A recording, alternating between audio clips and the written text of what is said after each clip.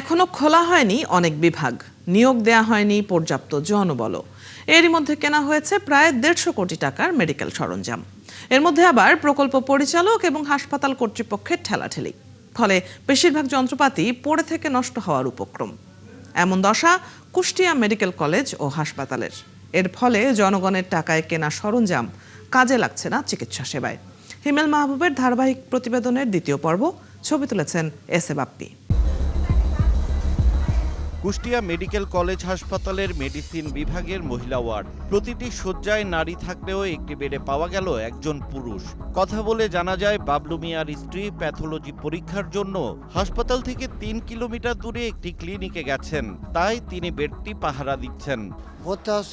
ছেলের মা পাশের শয্যায় লিভারের সমস্যা নিয়ে জোবেদা বেগম কাতরাচ্ছেন।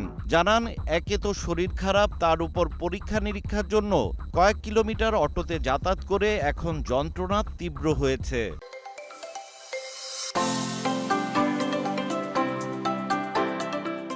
দুটো টেস্ট দিয়েছে, আমি নিজে করতে গেছি, সেই 10টা বাজে গেছি, আর এখন আসলাম।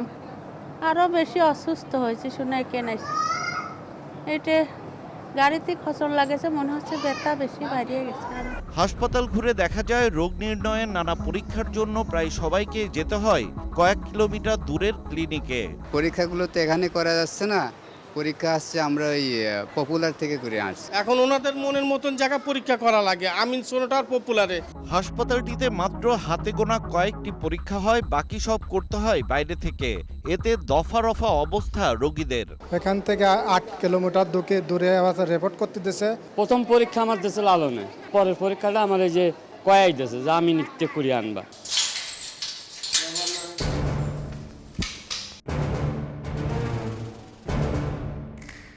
এই যখন দশা, তখন আমরা যাই হাসপাতালটির জন্য তৈরি করা বিভিন্ন বিভাগে, যেসব এখনো চালু হয়নি। ফ্লোরে ধুলোর আস্তরণ বলছে, বছরখানেক হাসপাতালের এই পাশে কারো পা পড়েনি। একটি রুমে পাওয়া গেল নিউরোলজির প্রায় 3 কোটি টাকার যন্ত্রপাতি, যা অব্যবহৃত অবস্থায় পড়ে আছে। পোস্ট অপারেটিভে জানালায় মাকড়সা বাসা বেঁধেছে, বেডগুলোই ধুলোর আস্তরণ। দেশে যখন আইসিইউ এর জন্য হাহাকার, তখন কুষ্টিয়া মেডিকেলে তা পড়ে আছে অবহেলায়। পড়ে আছে 16 কোটি টাকায় কেনা এমআরআই আর 14 কোটি টাকার সিটি স্ক্যান। হাসপাতালটি সার্জারির জন্য তৈরি 16টি অপারেশন থিয়েটারের যন্ত্রগুলো সাজিয়ে রাখা হয়েছে। তবে অ্যানেস্থেসিয়া মেশিনে হ্যালোথেন সমৃদ্ধ ভ্যাপোরাইজার সরবরাহ করা হয়েছে, যা এখন আমেরিকার এফডিএ অনুমোদিত নয়। এই 16টি অ্যানেস্থেসিয়া মেশিনে হ্যালোথেনের পরিবর্তে আইসোফ্লুরেন ব্যবহার করতে হবে, যার প্রতিটির জন্য খরচ হবে 2 থেকে 2.5 লাখ টাকা।